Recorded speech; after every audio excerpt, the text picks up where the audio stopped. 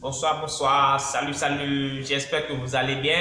Alors, ce soir, on est dimanche soir, dimanche soir comme ça, il y a deux types de personnes, hein. Il y a ceux qui sont contents comme moi parce qu'ils s'épanouissent dans leur travail, parce qu'ils s'épanouissent dans leur boulot, ils font ce par quoi ils sont passionnés. D'accord, ils mettent de la passion dans ce qu'ils font. Donc, évidemment, ils n'ont pas de week-end, ni de jours fériés, ni de jours ouvrables. Et puis, à l'autre opposé, il y a la deuxième catégorie. Ça, c'est la majeure partie des personnes. Voilà, c'est ceux-là qui sont frustrés, qui sont mécontents, qui sont fatigués, qui sont énervés contre le lundi. Pourquoi? Parce qu'ils voient le lundi comme un boulet. D'accord? Parce qu'ils sont énervés contre leur patron, ils sont énervés contre leurs collègues, ils travaillent dans un endroit où ils n'aiment pas, pour un salaire qu'ils détestent, pour un patron qu'ils détestent. D'accord? Et tout ça, évidemment, ils auront une mort qu'ils détestent. Voilà. Donc, moi, j'ai choisi d'être de la première catégorie. D'accord? Et donc, ce soir, je voudrais vous parler. J'avais pas prévu de faire de vidéo. Voilà. Mais j'avais fait une vidéo hier que je voulais publier et je me suis rendu compte que voilà, il y avait de petites coquilles dedans. Voilà. Et j'ai décidé de reprendre. Ok? Alors, la vidéo d'aujourd'hui va parler de Steve Jobs. J'étais tombé hier sur une vidéo sur Steve Jobs. Steve Jobs, c'est quelqu'un que j'apprécie beaucoup. C'est quelqu'un qui m'inspire. C'est quelqu'un, plus je lis sur Steve Jobs, plus j'apprends, plus c'est un personnage mythique pour moi, plus c'est un monsieur que j'ai envie de découvrir, que j'ai envie de croquer à plein dents. D'accord? Parce qu'il m'inspire beaucoup dans mon parcours entre petits chefs d'entreprise. D'accord? Quelqu'un dit qu'il n'y a pas de petits chefs d'entreprise. Bon, de chef d'entreprise, voilà. Alors, je vais vous lire un extrait par lequel je vais commencer. L'extrait est le suivant. L'extrait dit, un instant, ok, voilà. L'extrait dit qu'il était convaincu que des sources arides provenaient le plaisir et la restriction. Il connaissait l'équation que la plupart des gens ne connaissaient pas. Les choses mènent à leur opposé. C'est un extrait de la biographie de Steve Jobs. Steve Jobs, c'est le fondateur, le patron de Apple. Apple, c'est la marque à la pomme croquée. C'est un monsieur qui a fondé Apple, qui a influencé sa génération, qui a marqué sa génération. Aujourd'hui, il n'est plus de ce monde, paix à son âme. Mais son personnage continue de m'inspirer. Et donc, je voudrais partager ce nombre de réflexions que j'ai eues hier et ce matin que je voudrais partager avec vous. Alors, Steve Jobs, c'est quelqu'un qui avait beaucoup d'obsessions. Ok? C'est quelqu'un qui avait des rêves. C'est quelqu'un qui était obsédé par un certain nombre de choses que beaucoup n'arrivaient pas à comprendre, évidemment. Et c'est quelqu'un qui était exigeant. Il était exigeant vis-à-vis de lui-même et vis-à-vis des autres. Et souvent, quand vous lisez la biographie de Steve Jobs, il y a le côté négatif de Steve Jobs apparaît beaucoup plus. Parce qu'on le peint souvent comme quelqu'un de négatif, un tyran, voilà, quelqu'un qui maltraite ses employés, quelqu'un qui n'a pas d'égard vis-à-vis de ses collaborateurs et vis-à-vis des autres.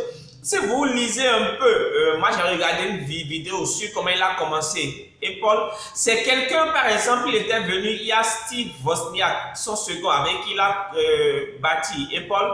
Un jour, il est venu et Steve Wozniak, il devait travailler sur le Mac, la nouvelle configuration du Mac.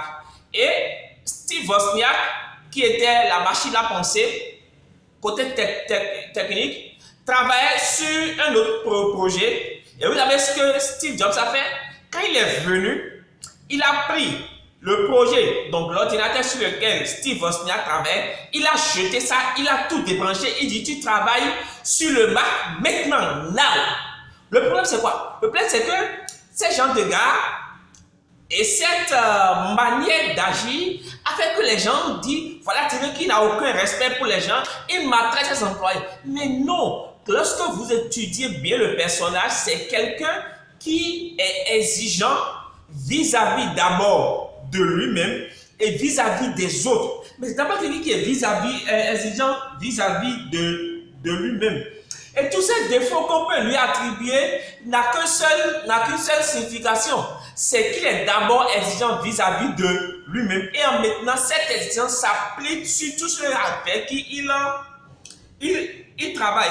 C'est quelqu'un qui avait un régime alimentaire assez particulier. Il se nourrissait exclusivement de fruits et de légumes crus. Ok? Il se nourrissait de fruits et de légumes crus. D'accord? Et donc, c'est quelqu'un qui a eu ce régime-là pendant longtemps. Et les gens, lorsque vous parlez de cette dimension, les gens ont tendance à se moquer de vous. Pourquoi? Parce que lorsque, par exemple, vous parlez d'alimentation et vous donnez l'exemple de Steve Jobs, les gens ont tendance à vous dire, mais Steve Jobs, c'est un mauvais exemple. Steve Jobs n'est pas un exemple d'alimentation. Parce que quelqu'un qui, au lieu de bien manger, d'accord, mangeait des fruits et des légumes crus, voilà, c'est un bon exemple. Et beaucoup vont vous dire que c'est quelqu'un, en fait, que c'est ce régime alimentaire qui l'a amené à sa mort, c'est-à-dire qui a conduit à sa mort. Je ne dis pas que c'est faux, je ne dis pas que c'est vrai, mais suivez ma logique un peu, vous finirez par me comprendre. Alors, Steve Jobs est mort à l'âge de 56 ans du cancer du pancréas. D'accord? Il est décédé suite au cancer du pancréas qui a été détecté. D'accord? Et donc, c'est quelqu'un qui est mort jeune. Et ce qui fait que quand tu parles de Steve Jobs en termes d'alimentation, tu te dis non, mais c'est évidemment à cause de ce régime alimentaire-là, fait de fruits et de légumes crus, sans traitement, qu'il est décédé, qu'il est parti. Donc, quand tu parles de traitement, ne donne pas l'exemple de Steve Jobs. D'accord? Je regardais un film, en fait, une vidéo sur YouTube d'un docteur qu'on appelle John McDougall, qui explique en fait la vraie cause de la mort de Steve Jobs.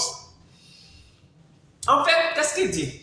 Steve Jobs s'est fait diagnostiquer à 48 ans du cancer au pancréas. Donc, il avait le cancer du pancréas. Donc, il s'est fait diagnostiquer du cancer du pancréas à l'âge de 48 ans en 2003. Et tenez-vous tranquille, lorsqu'on lui a détecté ça, il a refusé tout traitement du médecin. Ok? Il a refusé tout traitement. Il ne voulait pas qu'on touche à son corps. Il a refusé la chirurgie. Pourquoi? Parce qu'il estimait, d'accord, il voulait se soigner par lui-même en faisant quoi? En adoptant un régime alimentaire beaucoup plus rigoureux, en continuant de prendre ses fruits et ses légumes crus, d'accord, en revoyant son alimentation parce que pour lui, il croyait et il était convaincu que le corps pouvait s'auto-réparer grâce à un régime alimentaire soutenu. D'accord?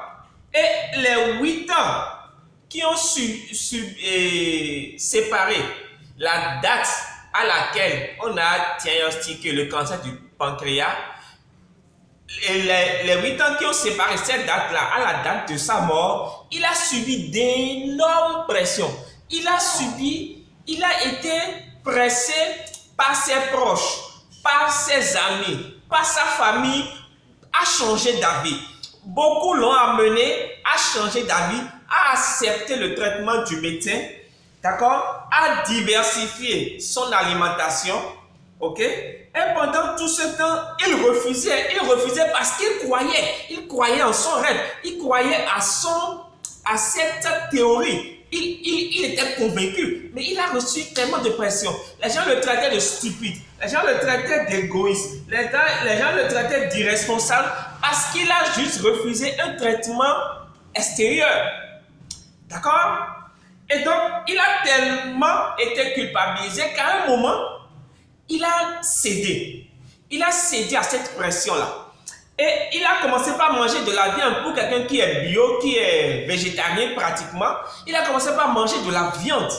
Vous imaginez un peu, quelqu'un qui avait un style de vie, qui lui allait bien, on l'a tellement stigmatisé, on lui a tellement mis la pression qu'à un moment, il a commencé par manger de la viande. Et il a accepté à un moment même qu'on lui fasse une opération pour le traiter du cancer du pancréas. Et donc, beaucoup ont fait croire qu'il est mort à cause de son irresponsabilité due à quoi? À son régime alimentaire. D'accord? Et ce que ce médecin a découvert, c'est quoi? C'est que à 24 ans, il a attrapé le cancer du pancréas à l'âge de 24 ans. Et on lui a détecté, pas qu'on lui a détecté, mais il a été, on lui a découvert la première cellule cancéreuse à l'âge de 24 ans. D'accord? Et il est mort à l'âge de 56 ans. Donc, il y a eu 30 ans qui se sont écoulés. Et pour ceux qui connaissent un peu le domaine des cancers, 30 ans, c'est énorme pour le développement d'un cancer. OK? Et donc, le médecin expliquait qu'en fait, qu'à 24 ans, il était en contact, il travaillait chez HP et il était en contact avec des objets cancérigènes. D'accord? Et donc, c'est probablement à cette époque-là qu'il a attrapé le cancer du pancréas. Et le docteur dit en fait que c'est son, parce que 30 ans, c'est énorme comme il a dit tout à l'heure, et le docteur disait qu'en fait que c'est son traitement naturel, fait de fruits et de légumes crus qui l'ont maintenu en parfaite santé jusqu'à 56 ans, aussi longtemps, pratiquement 30 ans. Ok? Et au lieu de comprendre, vous savez, ces genre de personnes, au lieu de les comprendre, au lieu de rentrer dans leur esprit pour comprendre leur philosophie, pour comprendre comment est-ce qu'ils fonctionnent, les gens préfèrent le critiquer, les gens préfèrent le stigmatiser, les gens préfèrent le mettre à part. Pourquoi? Le traiter d'irresponsable, de tyran, de stupide. Pourquoi? Parce qu'il n'arrivait pas à comprendre ce qui se passait dans la tête de Steve Jobs. Et je continue. Et mon point, c'est quoi? C'est quand vous êtes quelqu'un qui explore, et c'est mon point en fait, c'est la leçon que j'ai fini par tirer. Quand vous êtes quelqu'un qui explore, quand vous êtes quelqu'un qui avait des obsessions, quand vous êtes quelqu'un qui avait des rêves, inconsciemment, quand vous avez quelqu'un qui a une vision, et la vision se transforme en obsession pour vous, d'accord? À un moment, vos obsessions, vos rêves, votre vision vous transforment, vous font changer de valeur, vous font changer de référentiel, vous font changer de monde, vous font changer de manière de penser. Et vous sortez du lot, vous sortez du carcan du commun des mortels. Et lorsque vous commencez par être différent, les gens vous stigmatisent, les gens se moquent de vous. Pourquoi? Parce qu'ils ne vous comprennent pas. Parce que ce qu'ils prennent pour distraction, ce qu'ils prennent pour je fais la vie, vous avez toute une autre philosophie de ça. D'accord? Parce que pour eux, profiter de la vie, c'est quoi? C'est aller à boîte de nuit, c'est faire la fête, c'est sortir à la plage, c'est vivre une vie de dépravation, vivre une vie où on s'éclate. Alors que vous éclatez dans la poursuite de vos obsessions. D'accord? Et donc, manger, boire, rester avec sa famille, et tout ça, c'est bon. Mais quand vous avez des obsessions qui vous amènent au boulot les dimanches, je ne comprends pas. Mais pourquoi tu vas au boulot les dimanches? Dimanche, c'est fait pour se reposer. Le samedi, on se repose. Mais bâtard, pourquoi tu travailles le dimanche? Mais on s'en tape. Le point, c'est qu'il gère tes obsessions. Et c'était le cas de Steve Jobs. Il s'appliquait une rigueur et c'est grâce à cette rigueur-là qu'il a pu fonder et qu'il a pu faire agrandir Apple. Je continue. Steve Jobs a a vécu une vie de restriction où il se donnait des limites. Et c'est ça en fait la vie de quelqu'un qui a des obsessions. Il s'est fixé des limites, il s'est fixé des restrictions. Il était un fan du minimalisme. C'est quelqu'un, malgré sa fortune, il a vécu dans une maison sans meubles. Il a pratiquement dormi par terre pendant toute sa vie parce qu'il n'avait pas des meubles qui respectaient ses exigences. Vous me suivez, n'est-ce pas? Alors, parce que c'est comme ça qu'il a conçu Apple. Et je vais conclure en disant ceci. Ma conclusion, c'est quoi? Lorsque vous avez, je vais essayer de me répéter un peu. Lorsque vous avez des obsessions, lorsque vous avez des rêves, lorsque vous êtes quelqu'un qui explore, les gens ne vous comprendront pas. Les gens vous prendront comme un fou. Les gens vous prendront comme un dingue. Les gens vous prendront comme quelqu'un qui est sur la lune. Parce que vous avez des idées, vous avez des rêves, vous avez une vision qui pour eux n'est pas réaliste, mais qui pour vous est totalement réaliste. D'accord? Vous n'allez pas pouvoir répondre à toutes les sollicitations. Vous serez tellement rigoureux, tellement à fond, tellement dans ce que vous faites, que même votre conjoint à un moment ne vous comprendra pas. Mais pourquoi tu fais tout ça? Mais fais comme les autres. Non, je ne suis pas les autres. Je dois faire comme je veux.